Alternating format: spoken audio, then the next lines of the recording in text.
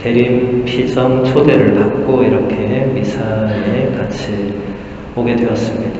제가 메이플로드 성당을 몇 번 오기는 했는데 교중미사에 이렇게 같이 하는 건 처음인 것 같아요. 그래서 이렇게 많은 교우분들을 보니까 꼭 한국 온 것 같아요.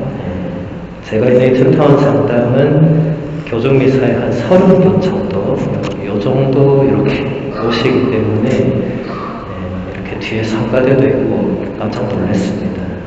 큰 성당에 오니까 좋은 것 같습니다. 오늘 초대해 주신 또 본당 신부님께도 감사드리고 오늘 미사와 또 식사와 또 오후에 피정까지 오늘 여러분들과 좋은 시간이 되었으면 하는 바람입니다. 오늘 복음에서 예수님께서는 세례자 요한에 관하여 이렇게 말씀을 하십니다. 그는 성경에 이렇게 기록되어 있는 사람이다. 보라, 내가 너의 앞에 나의 사자를 보낸다. 그가 너의 앞에서 너의 길을 닦아 놓으리라. 예수님께서는 지금 성경 구절을 인용하셨는데 이 구절은 구약 성경의 마지막 책인 말라키 예언서 말씀입니다. 하느님께서는 말라키 예언자를 통해서 당신께서 메시아를 보내시기에 앞서 메시아의 길을 닦아 놓을 사자를 보내기로 약속하셨는데 그 사자가 바로 세례자 요한이라는 말씀입니다. 예로니모 성인은 세례자 요한에 관해서 이런 말을 하고 있습니다. 다른 예언자들은 어떤 분이 오실 것이라고 예고했지만 요한은 자신의 손가락으로 그분을 가리키며 보라, 세상의 죄를 없애시는 하느님의 어린 양이시다 라는 말로 그분께서 참으로 와 계심을 알렸습니다. 요한은 예언자의 지위에 올랐을 뿐만 아니라 주님께 세례를 베품으로써 세례자의 지위에도 올랐습니다.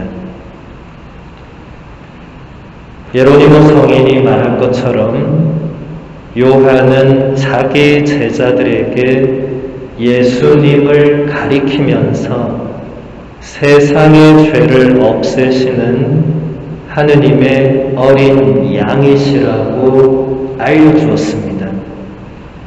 요한의 말을 들은 제자 두 사람은 요한을 떠나서 예수님을 따라갑니다. 그렇게 해서 예수님의 첫 제자들이 탄생하게 됩니다. 그때까지만 해도 군중에게 전혀 알려져 있지 않았던 무명의 예수님의 정체를 정확히 알아보았을 뿐만 아니라 자기 제자들에게 그 정체를 알려준 요한 덕분에 예수님을 따르는 제자들이 처음으로 생겨난 것입니다.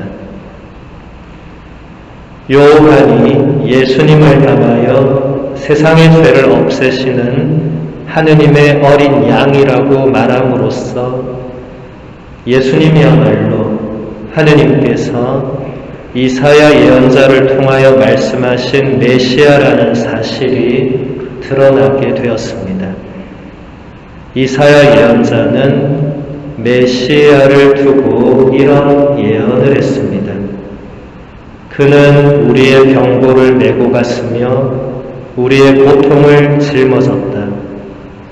그런데 우리는 그를 벌받은 자, 하느님께 매맞은 자, 천대받은 자로 여겼다. 그러나 그가 찔린 것은 우리의 악행 때문이고 그가 으스러진 것은 우리의 죄악 때문이다. 우리의 평화를 위하여 그가 징벌을 받았고 그의 상처로 우리는 나았다. 우리는 모두 양떼처럼 길을 잃고 저마다 제 길을 따라갔지만 주님께서는 우리 모두의 죄악이 그에게 떨어지게 하셨다. 학대받고 천대받았지만 그는 자기 입을 열지 않았다. 도살장에 끌려가는 어린 양처럼, 털 깎는 사람 앞에 잠자코 서 있는 어미 양처럼 그는 자기 입을 열지 않았다.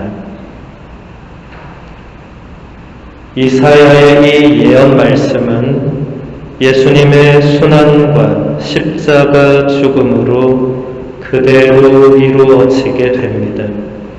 예수님은 아무런 죄가 없으셨지만 이사야가 예언한 그대로 묵묵히 순환과 십자가 죽음을 받아들이시면서 참으로 세상의 죄를 없애시는 하느님의 어린 양이 되셨습니다.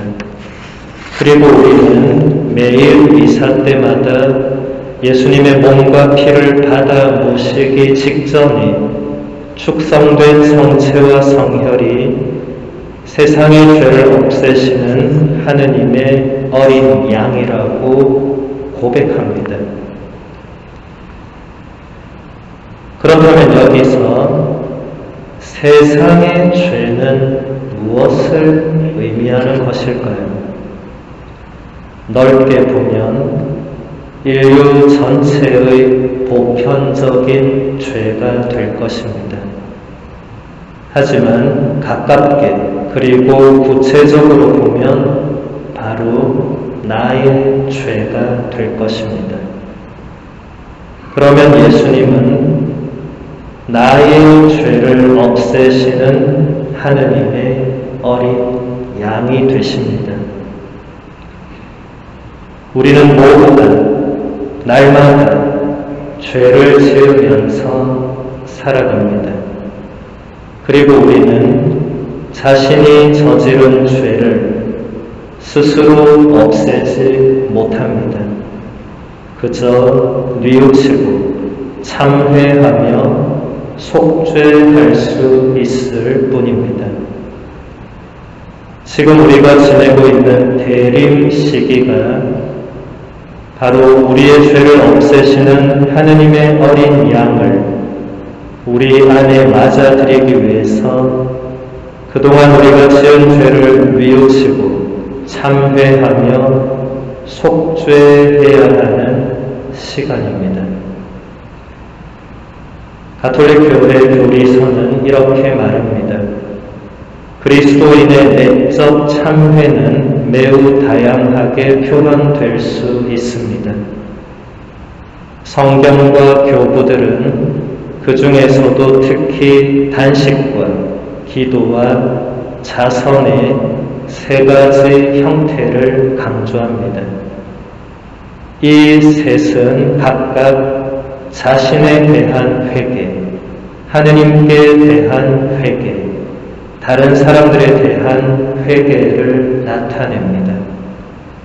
성경과 교부들은 죄의 용서를 얻는 방법으로 세례와 순교를 통한 근본적인 정화 이외에 이웃과 화해하려는 노력, 참회의 눈물, 이웃의 구원에 대한 관심, 성인들의 전부, 그리고 허다한 죄를 용서해주는 사랑의 실천 등을 들고 있습니다.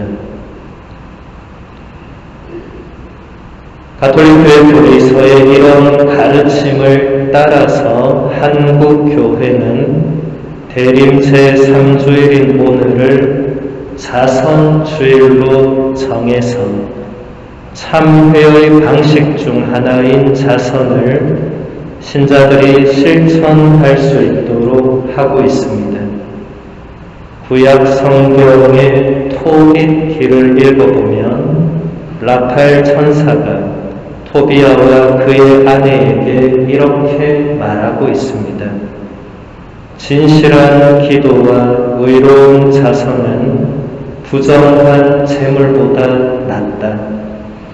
금을 쌓아두는 것보다 자선을 베푸는 것이 낫다.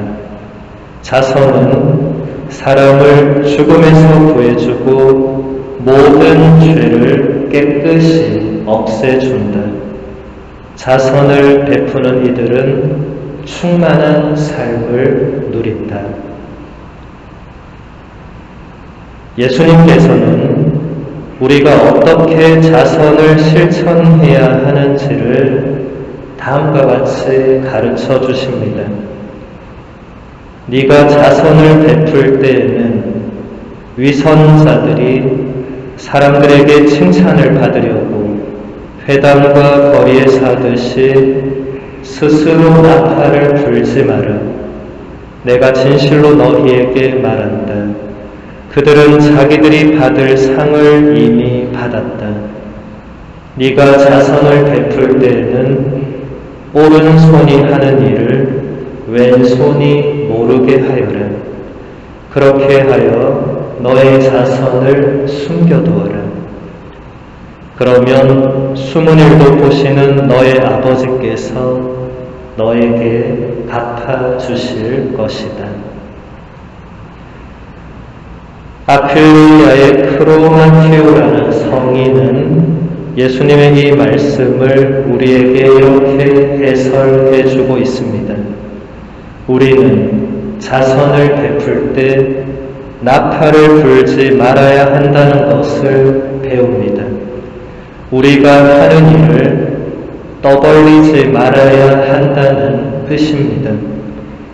인간의 찬사라는 영광을 얻으려고 하느님의 일을 하는 것은 신심 깊은 마음의 표시가 아니기 때문입니다.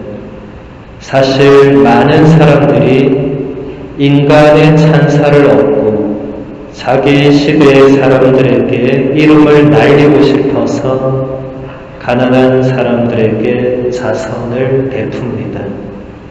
주님께서는 이런 사람들이 자기가 한 일에 대해서 현세에서 이미 상을 받았다고 말씀하십니다.